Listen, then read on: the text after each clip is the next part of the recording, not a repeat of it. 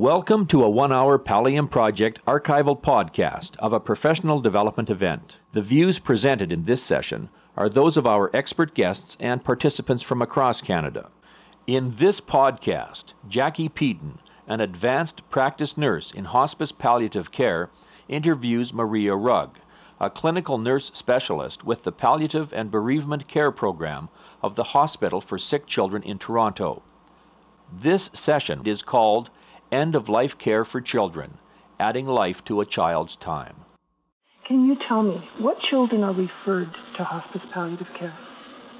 Well, in general, if we look at where children are dying, and in particular in Canada, but across North America, what we're seeing is that a majority of children actually are dying from diseases other than cancer. As a result, what we are beginning to understand when we talk about what type of children are referred to hospice palliative care, we know that the majority of those children, 6,000 die in Canada each year. The majority of these children are dying in neonatal and critical care units in hospitals, and a small percentage are dying at home, but the trend is increasing. Types of children that generally are seen in pediatric palliative care populations can be divided up into 4 groups. The first group being the group that curative treatments are available but possibly might fail. So you would generally see cancer or irreversible organ failure. The next group we talk about are children where conditions have long periods of intensive treatment that are generally aimed at prolonging good quality of life, but oftentimes premature death does occur. And you can think of diagnoses such as cystic fibrosis being one of the categories diagnoses that fit into that group. The next group would be children with progressive conditions where treatment is generally exclusively palliative from the time of diagnosis, but may extend over many years, and they have sickness that waxes and wanes. And what we mean by that is that they may hit periods of crisis all along their illness, but they generally will hit a crisis and at some point come back to health, but then don't do very well. And children with what we call metabolic diseases or neurologic diseases tend to fall into this group. The final group is a group that we say children who are born with severe disability, oftentimes could be neurologic disability.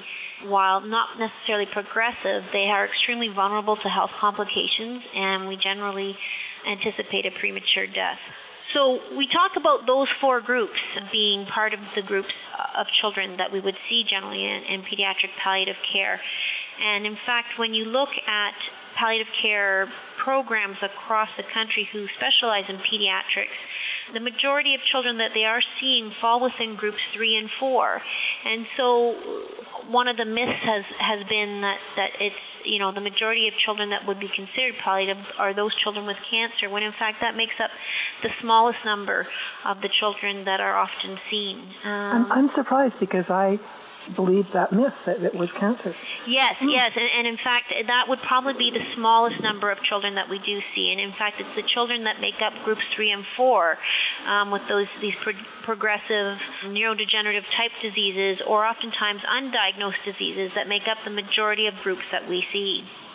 Does that mean that the children who, leukemia comes to mind, does that mean that these children are being cured, or? Well, yes. In fact, these children are surviving and being cured. What we are starting to see, and I don't have any confirmed data on this trend, but certainly this is by experts in pediatric oncology, is that we're starting to see some of those children becoming adults and suffering from late effects and being diagnosed later in their disease. Mm-hmm. In their lives with other diseases as effects from the cancer. But in fact, children with leukemia are being cured and doing quite well. Oh, that's very good to hear. Yeah. I think the only other thing that we wanted to highlight is just the idea that when we're looking at children in this population, there's a number of things that we need to remember, but mainly that children aren't little adults.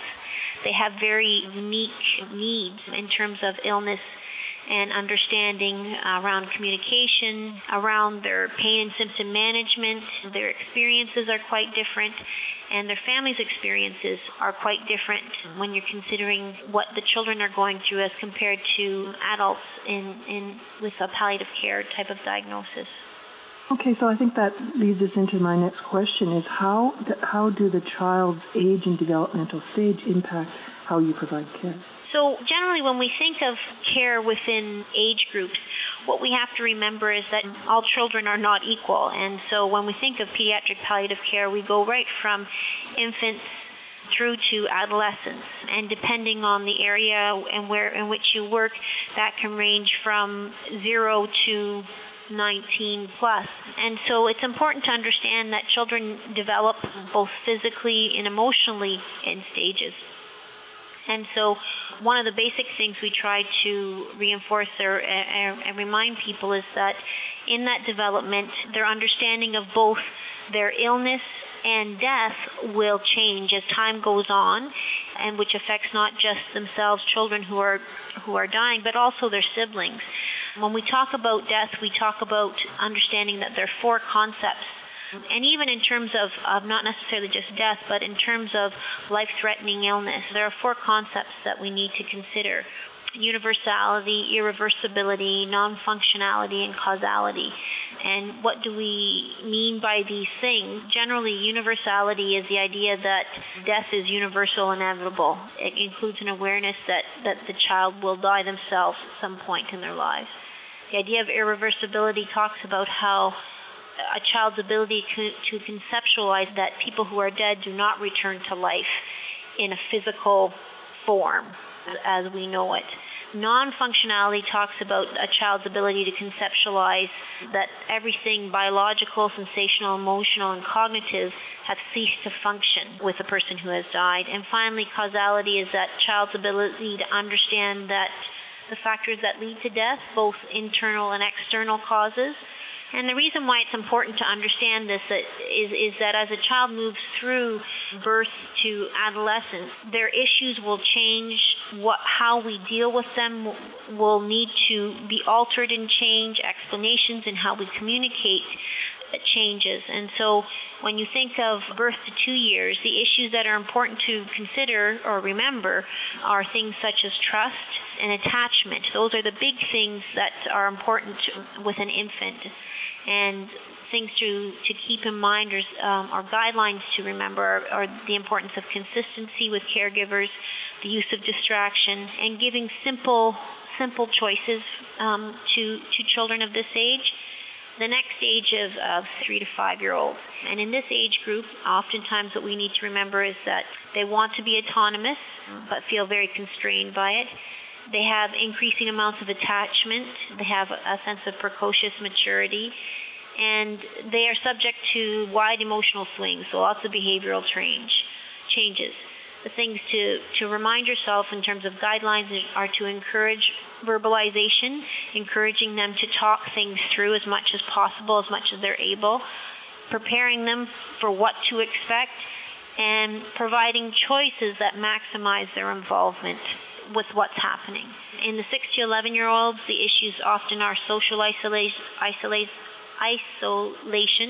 loss of a sense of competence. They're not feeling as competent as they would be because they're in a bit of a tricky stage in terms of intellect as well as just developmentally, physically. Sometimes they often can be clumsy. They often have misunderstanding about the origin of disease and the purpose of treatment. So if you think about the idea that oftentimes children at this age can think that you can catch a cancer, or you can will I catch anything that my brother or sister has, or how did I catch this? I must have gotten it off not washing my hands. And so the important guidelines to remember here is to educate about the facts and give a lot of opportunity for open dialogue where they are encouraged to bring up any issues that are of concern for them. Finally, with the adolescents, I think what we understand is that the big issues for them are the change in self-esteem and the idea of dependency and loss of privacy. They oftentimes will feel that they're falling behind their peer group if they have an illness, and that idea of social isolation and not wanting to be that way.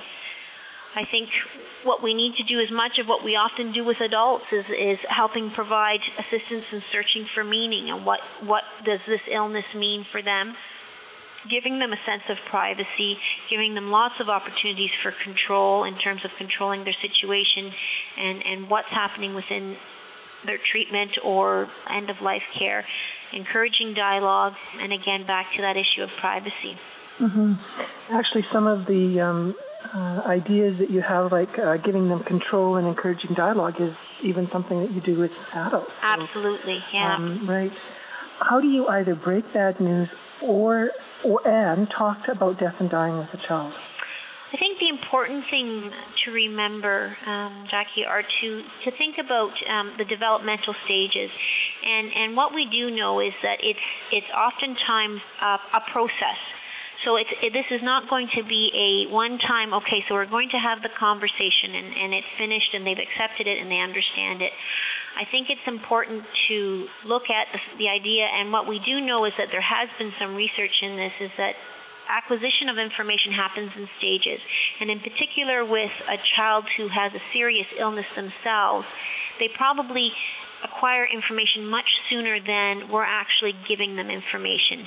And often that comes as a result of changes in what's happening to their body, changes in how they're dealing with the medications that they're having.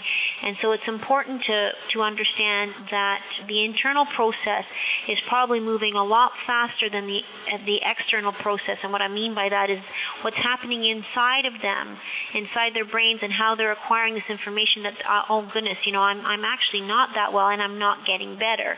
It's happening much faster than they're letting us know and what we think is happening. So some of the things to think about or to remind yourself is to remember nonverbal communication and cues. Children often learn about their condition from things that have been said, how things have been said, what is not said but was understood by body language and facial expressions and mood change. Children are notorious for overhearing things and what they imagine, and that's a very important key thing to think about is imagination, especially in the early childhood through to the adolescence, can run rampant. The number of things that children have that are very impressionable on them, especially in today's society with computers and television and everything. It's important to really understand that idea of what they imagine. There's also the idea of popular notions, and so the idea, what I mean by that is what we, religion, culture, and realizing the impact that has on what a child understands or what a child doesn't understand. The idea of superstition, the idea that we want to protect children's innocence and well-being, and that we feel that we failed somehow, and when we aren't able to do that, and we try and protect that, and are we really communicating and doing what's in the best interest of our children. In terms of just being able to understand that communication should be developmentally appropriate and you should address common developmental fears. So the idea, understanding that, isolation or fear of attachment is important for a 5 to 8-year-old is extremely important to remember that when we're thinking about how do I communicate this bad news to this child. Beginning early versus late so that it's a process and it's not just a verbalization overload for a child. And using augmentative communication strategies if vocalization is a challenge. So again, understand children with disabilities still need that opportunity to communicate and know things. And so giving them alternatives to communication verbally is really important. An example would be here at the hospital have an opportunity with speech language pathologists to use tables that have word tables, and so a child can point to words versus having to speak the words. And certainly there are a number of computer programs at this point that can provide all sorts of opportunities for communicating alternatively, and again, that idea of allowing the child ways to communicate to you other ways than just having to verbalize, because children oftentimes don't verbalize as well. I think finally some of the things that I think are important, as they would be with adults, is the idea of maintaining hope while being honest, and understanding that evolution of meaning over the disease process. That it's important that if you start off being honest at the beginning, you are able not to have to go back and say, oh, I'm sorry, I didn't quite tell you everything. And so it's ideal to start at the beginning and slowly, and that way it isn't a huge burden on the child. It's important to acknowledge hopes and wishes. It's important to acknowledge the loss of hope and despair and depression and sadness. Those are all common things in children, but oftentimes I think we don't look at them because of our own fear of not knowing how to handle those. And so those are all important things when we're talking about communicating with children. So think it through and be ready for the conversation to be different than what you think. Don't try to project into the conversation because it may end up in a very different place. Begin early, use appropriate but clear and accurate language. Try to avoid metaphors, but relate to concepts that they understand. Metaphors can oftentimes be a little bit too big of a tangent for children to intellectually, especially at certain developmental ages, kind of comprehend. Repeat and support and employ multiple ways of communication: books, play, art, music, many different things. The more you have at your disposal, the more the child feels, again, that idea of being able to control when and how and how much. Clarify questions before answering them, because oftentimes what you think they're asking is something very different. And an example I can use is, a child who really just wanted to know what a body looks like when it's dead.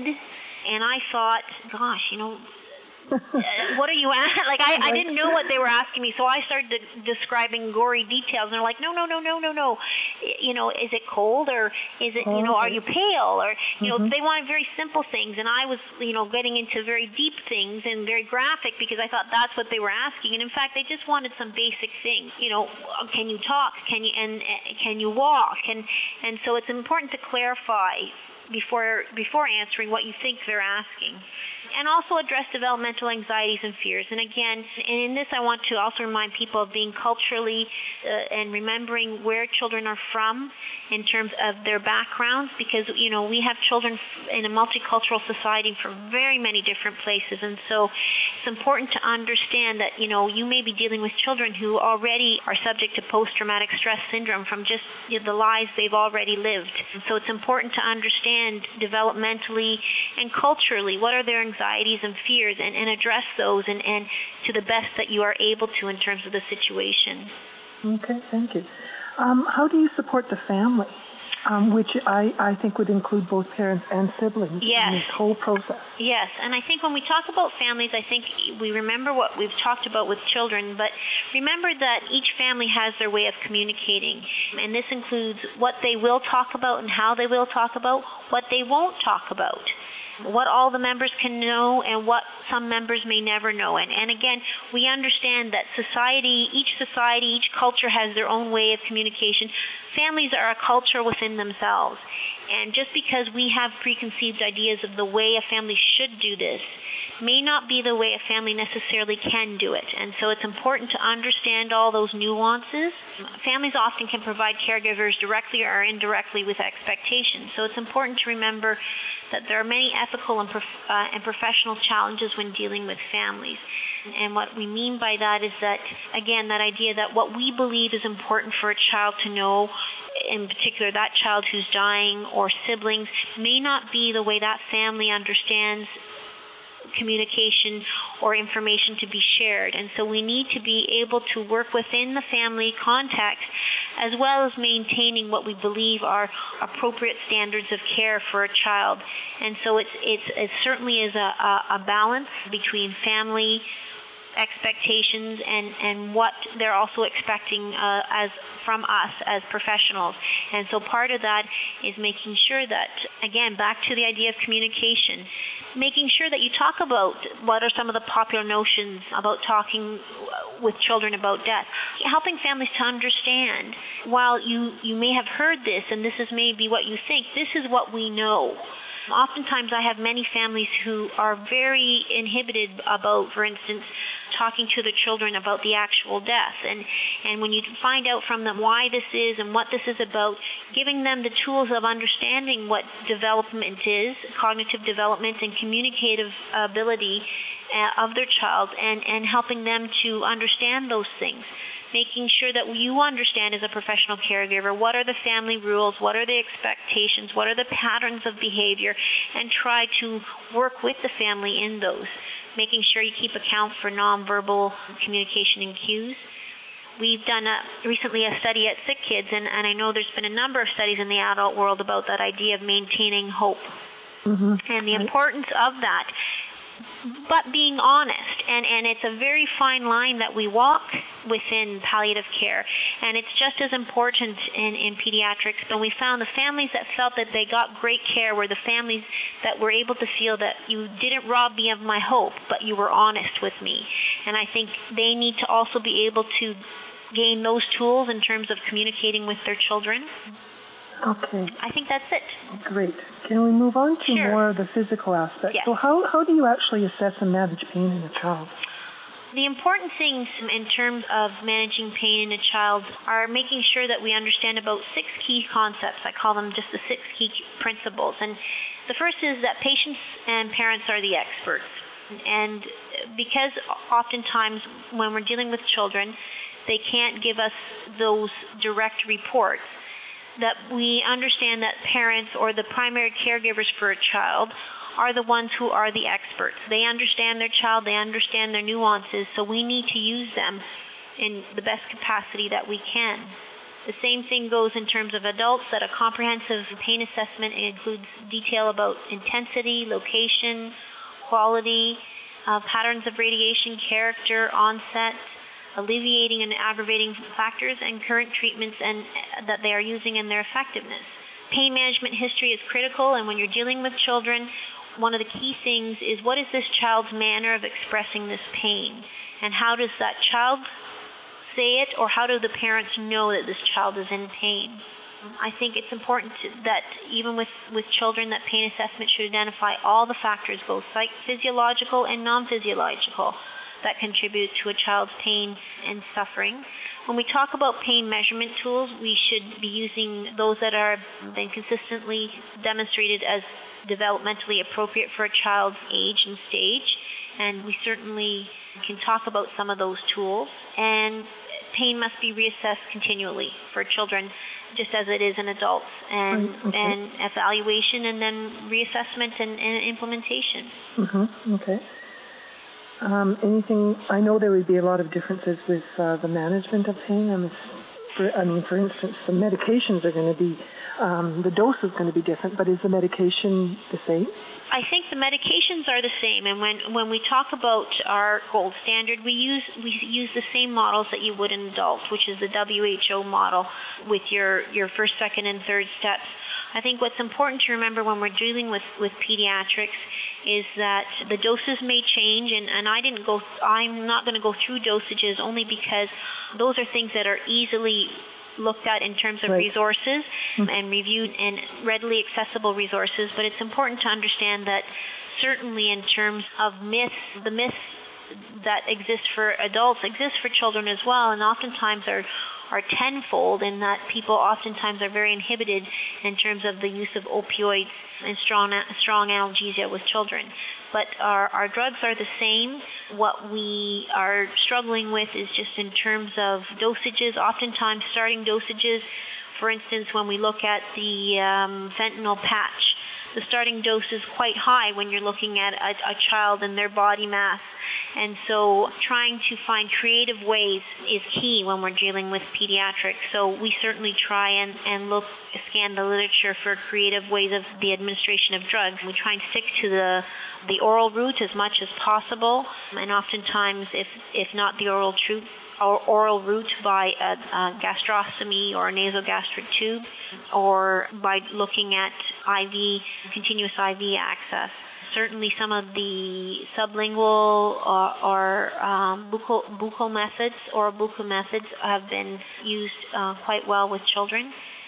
What about the sub-Q? And certainly sub-Q, we have less experience with subcutaneous infusion, only because I think generally what we have found is children, we need to go through some sort of venous route, have already permanent lines put in by this time. Okay, right. But certainly we have used the subcutaneous route, again, back to the idea that you have less of a body mass, so you tend to run out of sites a little bit more quickly, Right. just because of the lack of some more fatty areas to try and initiate some subcutaneous infusions.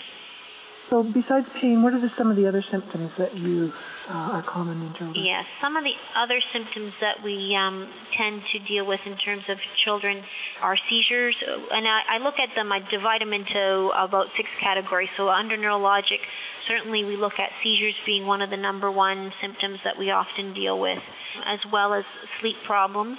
Respiratory-wise, certainly dyspnea is one, but oftentimes ongoing pneumonia, secretions are a large one, especially in groups with neurodegenerative type diseases. GI symptoms, some of the things that we often deal with or that you often may see are feeding intolerances, as well as nausea and vomiting from treatments. And oftentimes when we look at feeding intolerances, we look at alternative methods of feeding, and often can become ethical challenges with children because we may look at alternative or nasogastric or gastrostomy tubes, but oftentimes children with some of our severe neurologic or neurodegenerative type diseases even have feeding intolerances despite mechanical intervention. So that's some of the symptoms that we deal with in GI. Hematological, oftentimes just, in terms of children in particular with, hematological diagnosis or diagnosis within the cancer population, oftentimes just the active bleeding and the platelet issue. Generalized things such as fatigue are common with children, and again, lack of sleep. And then psychological, and again, that goes back to the developmental issues, but we generally see that within children, we see the same types of things: depression, sadness, fear, and oftentimes one of the things that often gets missed is the idea of spiritual distress, and we're not very good at addressing that in children. When we look at the management of any of these types of symptoms, we try not to look at the idea of being terminal. Oftentimes we find that if we identify these children as terminal, it oftentimes limits their care. But if we talk about them having a life-threatening illness, and we say, but some of the management may seem aggressive, but at the same time, it actually helps improve the quality of life. It's important to think about looking at weighing the costs and the benefits. I think that's quite similar with adults as well. Yeah, and we try to limit the diagnostic tests as much as possible, going based on what symptoms are they showing and how can we manage them versus trying to investigate every possibility. Right. So how do you support the psychosocial and spiritual aspects of a child? I think it goes back to some of the things that we talked about from the beginning. That idea of trying to talk about hope and beginning to talk about beliefs and what happens to a child after death can often bring comfort to a child and a parent. Trying to understand what their belief system is and engaging them in that discussion is extremely important. Looking at legacy building, and that's become a really big part, I believe, of what we do with children and families, is engaging them in that idea of meaning and what has brought life meaning to this child and family, and engaging them in that. Identifying support systems and beyond, because we do understand that families don't exist in a vacuum as well, and that they exist within a community, whatever that community may be, whether it's extended family or within their social community, and really working within to engage those things that a family finds supportive and helpful are very important, and really working within those. So what about the grieving family? How would you actually support the parents and the siblings? I think some of the things that we try to do with families is really look at, again, identifying the support systems that they have close by that are within reach, because it's great to identify lots of bereavement support, but if it's out of reach for a family, it doesn't make it practical. So looking at what's close by, what's within their community, and certainly what we found is that the technology world has really been able to help a family reach out much farther and much easier than they have in the past. So looking at internet sites and chat rooms for families who've have children who have died of similar diseases and whatnot have been extremely helpful for some of the families that we've been involved in. Trying to normalize and individualize the grief process. Oftentimes you'll hear in the literature talking about the idea of complicated grief, and what we're finding more and more is that, in fact, grief is so very individualized that while, yes, there is some very complicated grief, oftentimes this is the process that a family or an individual must go through, and part of that is understanding that there are others who are going through this, and that they are not alone in that process. Mm-hmm. Yeah, I think that helps a lot. Yeah, and certainly actualizing the loss and facilitating living without the disease. I think that's part of what we talk about legacy building is helping a family figure out how do I normalize now that while this person or my child is not here physically present, how does my child continue to be present in my life? And certainly those are some of the key things that we try to address. So, sharing of information, sharing of resources in literature and internet in as many different modalities as possible, listening and reassuring, validating feelings. Certainly in terms of siblings and children who are left behind when their siblings die, certainly encouraging parents and caregivers who are with the children to continue to make them involved, continue with a routine, and try and support some of those ongoing normalcy issues. Some of the other things that parents have told us have helped in terms of grief and bereavement is talking about tissue and organ donation, and certainly that's a topic many families have said to us we wish people had talked to us more about after when we talk to them about what they would have liked to see and improve upon in terms of care. And certainly those options not being discussed, while they make us quite uncomfortable as professionals, give some comfort and relief to families, some families anyway, because it makes them feel like there was a purpose in all of this. Mm-hmm. And certainly the idea of autopsy, and that's a big topic in terms of pediatrics, especially when we talked about groups 3 and 4, those two groups where oftentimes you have children who are born with congenital anomalies or who are born with diagnoses or diseases that they were unable to diagnose. Having some sort of closure in terms of autopsy and the feeling that they might get some answers, they like that option or that choice. And oftentimes we shy away from giving those choices to families because we feel it's not an appropriate thing to do at this time. Other things that parents have told us in terms of the research that have been very helpful in terms of the bereavement is follow-up by the child's doctor. They see that as really a gesture of extreme kindness, and they feel like that they are important, and that remembrance was extremely important for them. So the ability for a physician to follow up with a family has rated amongst one of the number one things that they appreciated.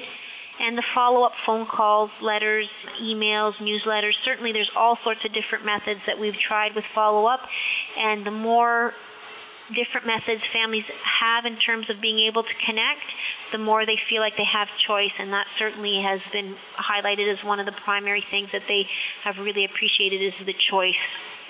I think we're going to move along. Yeah. We have two questions that were actually sent by participants when they registered. Yes. Both of them are about resources, and I know that we did send out a resource list. Yes. Before, but we'll talk about these questions anyway. Sure. So Elaine Merrington from Interior Health, she's asking, are there any internet resources for child caregivers to access for support in rural communities? And actually, Joyce Graham from Internal Health also wants to know about strategies in rural areas. So maybe we can kind of combine that idea, those questions. Sure. And certainly rural areas have been a struggle, even in terms of our tertiary care center, making sure that we reach out to our rural partners. I would recommend, the one website that I would recommend for people is a Canadian Network of Palliative Care for Children, and that is www.cnpcc.ca. And in fact, it has numerous links to a variety of resources specifically related to pediatrics around the world. One of those resources certainly is a website called ACT, the Association for Children with Life-Threatening or Terminal Conditions and Their Families, which is a UK resource. But again, in terms of easy access, it's very easy to access.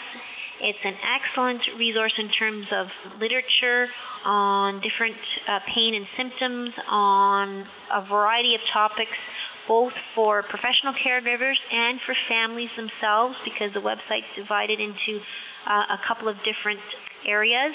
And certainly it's a great connection in terms of parents and families living with children with life-threatening illness to connect, and also for professional caregivers on the most up-to-date information when it comes to pediatrics in terms of, as I said, pain and symptom management, grief and bereavement resources.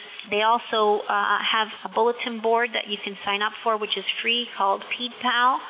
And any questions or comments or anything that you want to put out there in terms of wanting to ask a huge variety of people who are specializing in pediatric palliative care, this is one of the best that I've been to.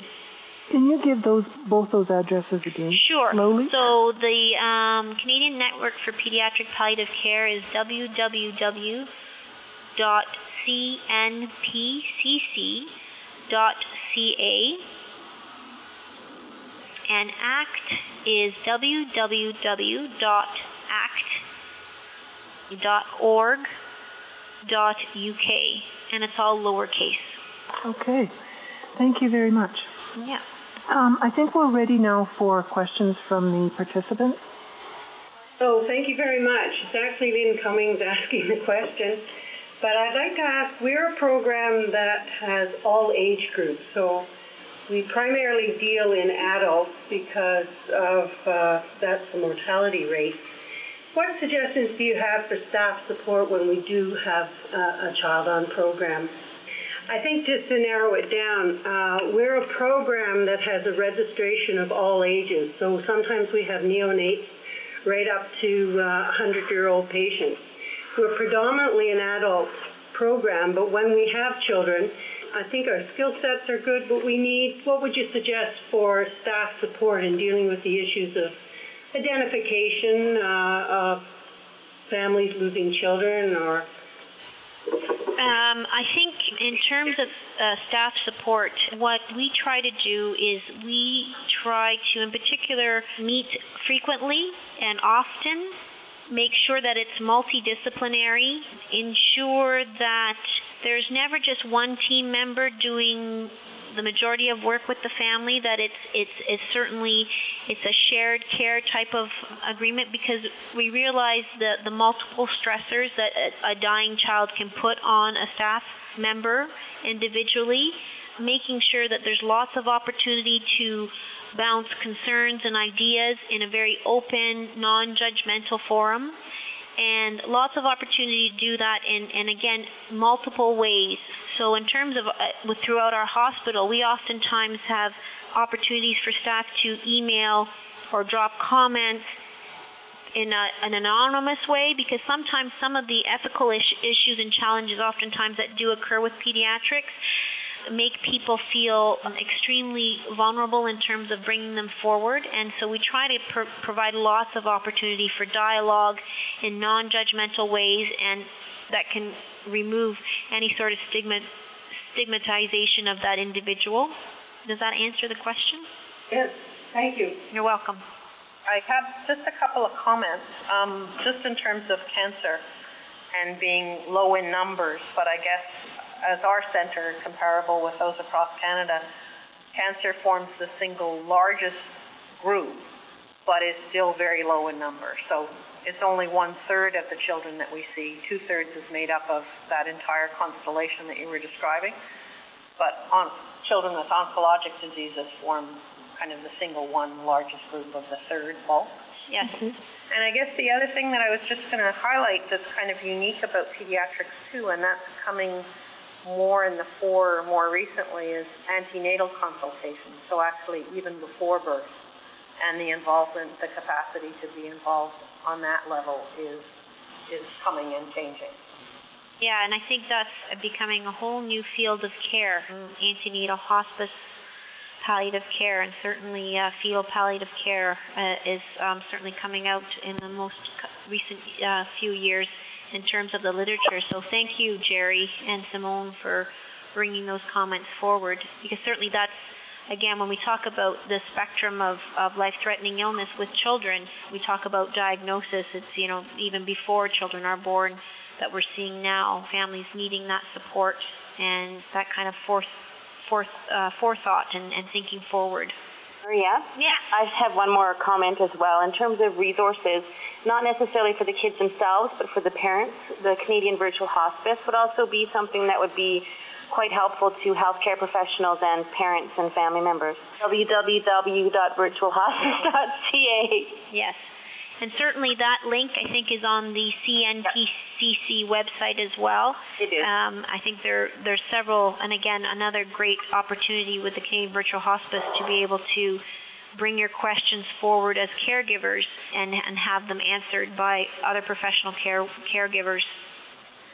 Yes, hello. I'm very interested in the way that life-distressing or life-challenging illnesses affect the psychosocial development of the children that you have in your hospital, and ways in which the true psychosocial development of the child is assessed versus the place that they should be at given their chronological age.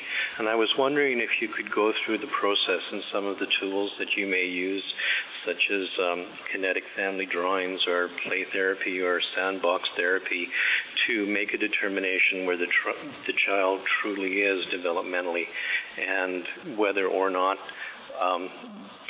development is impacted more by the severity of the disease, or there is a point where the severity of the disease no longer has a greater impact, at least linearly, with regards to the child's development.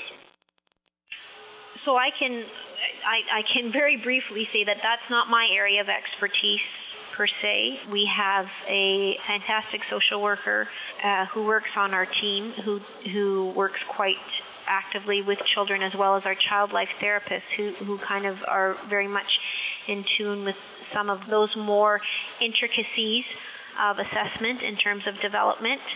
So certainly, again, in terms of references, I could certainly mail you out some of the references that they have and that they use.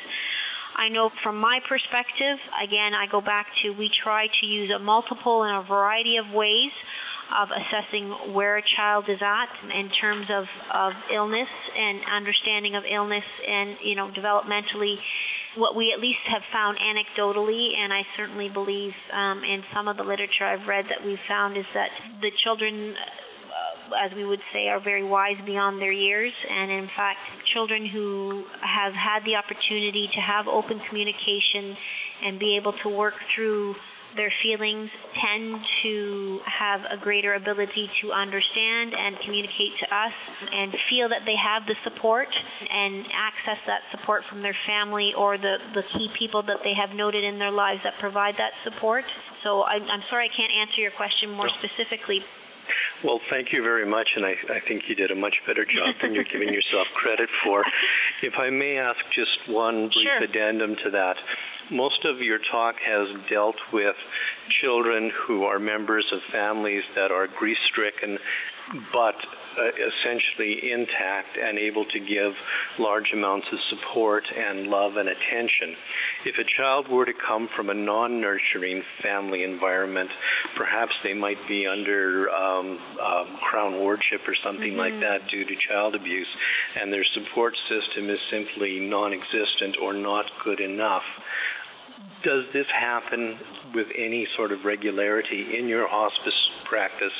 And can you just I'm assuming that the steps would be interdisciplinary to build a support system for this child if one doesn't exist already?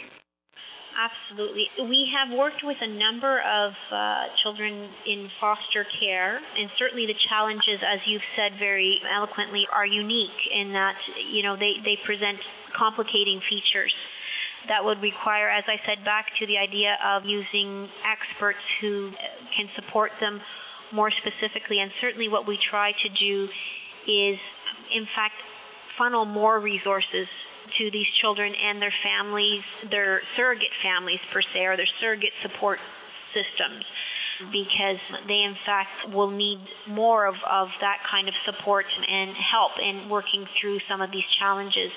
I would have to say that what we have found in terms of, I would say, and I'll just say the Children's Aid Society, and because that's how it's described in Ontario, and foster care and the surrogate families, is that they have been able to rally to these children, with these children, and do phenomenal jobs in supporting them and themselves and each other in the work. And the social workers and the professional caregivers within these organizations have done quite a bit in terms of, at least in Ontario, in making sure that they're educated in the principles of and getting themselves up to speed and being able to be a support to these children and families. And so my advice, or my only comment, would be that it's important to collaborate with all sorts of community organizations, because they will be key to supporting these children that don't fall within what we would call the normal family context. And certainly we've tried to outreach in terms of our palliative care service to even organizations that support homeless youth and those types of organizations as well, in recognizing that there are children who come from a variety of backgrounds and variety of needs, that we need to be able to address those unique features. Thank you very much, Ms. Rugg, and best wishes. Thank you. Hello, this is Janet Firth from the Hospice Society in White Rock. I know that in the greater New York area, they're dealing with a brand new situation of children born with HIV, AIDS, who are now living into their teen years and early 20s, and dealing with that matter. Is there any particular program at Sick Kids for that, or any research being planned into exploring what these needs are? We have a team that deals with the HIV, AIDS children, a whole program and service, and there are some studies. I'm not sure where they're at right now in terms of long-term effects. Certainly in terms of our contact with them, we don't have a lot of contact with them, because very few of these children are seen as children, but in fact are living into young adulthood. But what has developed out into the community is a hospice that works with children affected or infected with HIV/AIDS, and so they work with the families and parents and caregivers and children, so either they're affected or infected, and their specialty has become the support of these children on the long term. And so I think we will see more literature coming out in that. It's still fairly new, so these children are still quite well, and they haven't moved into some of the long-term chronic phases of their illness. Okay, thank you very much. Vicki McEwen from Churchill Regional Health Authority. The question our group had this afternoon was, if a sibling is dying, would it be appropriate to bring the other siblings to the bedside or not? So I'm just going to repeat the question to make sure that I heard it correctly. If a sibling is dying, would it be appropriate to bring any of the other siblings to the bedside? Is that correct? Yes. So I go back to what I talked about is really working within the family. And again, I'll try and get away from talking about parents, because we have families of all different constitutions, but finding out, how does this family cope with information? How much does the child themselves know? How much do the siblings understand? Certainly we have had the gamut of experience where we have had families who have said absolutely in no uncertain terms will the siblings be involved at this stage of dying process. And then we've had other families who have decided that I can give one example, because I know this family has said, please, feel free to use us as a teaching tool, where, they all climbed into bed, and this child died at home. They all climbed into bed with this child as he was dying, including the youngest sibling, the 7-year-old child, and this child was 13. And as a family, they were together at those moments, and they spent his dying moments all together in the bed. So I think it goes the gamut. In terms of, is there any literature or research? I have not found any that talks about, whether this is a good thing or a bad thing. I can only speak to you to anecdotal reports from families who have chosen to and who have chosen not to. And one study in terms of that came out I believe in the New England Journal last year, that talked about, families who did talk to their children, their dying children, about their death, didn't, majority of them did not regret having done so. Whereas, the ones who didn't, a majority regretted having not spoken to them. So that's really all I can speak to, and I'm certainly happy to give that reference should anyone like it, if they want to email me about that reference. But again, I think it's important to understand that we have to look in the context of a family and their life history and their life story and how all this information has come about in order to be able to really make this a planful and a helpful intervention. I would like to thank Maria for joining us today and sharing with us ways to support children and their families during end-of-life care. I'd also like to read for you 3 take-home messages that Marie sent to me about this topic. For children with progressive life-threatening illness and their families, there are numerous compromises to be made when balancing between treatment and quality of life. The burden of chronic illness and the care it demands can exhaust a family financially, physically, and emotionally. And lastly, as disease progresses, the healthcare team and family must weigh the cost of any proposed treatment with the impact the treatment will have on the child's comfort and quality of life. This has been a Pallium Project Professional Development Podcast. For more information on the Pallium Project, including written transcripts of this session, please visit www.pallium.ca, PALLIUM.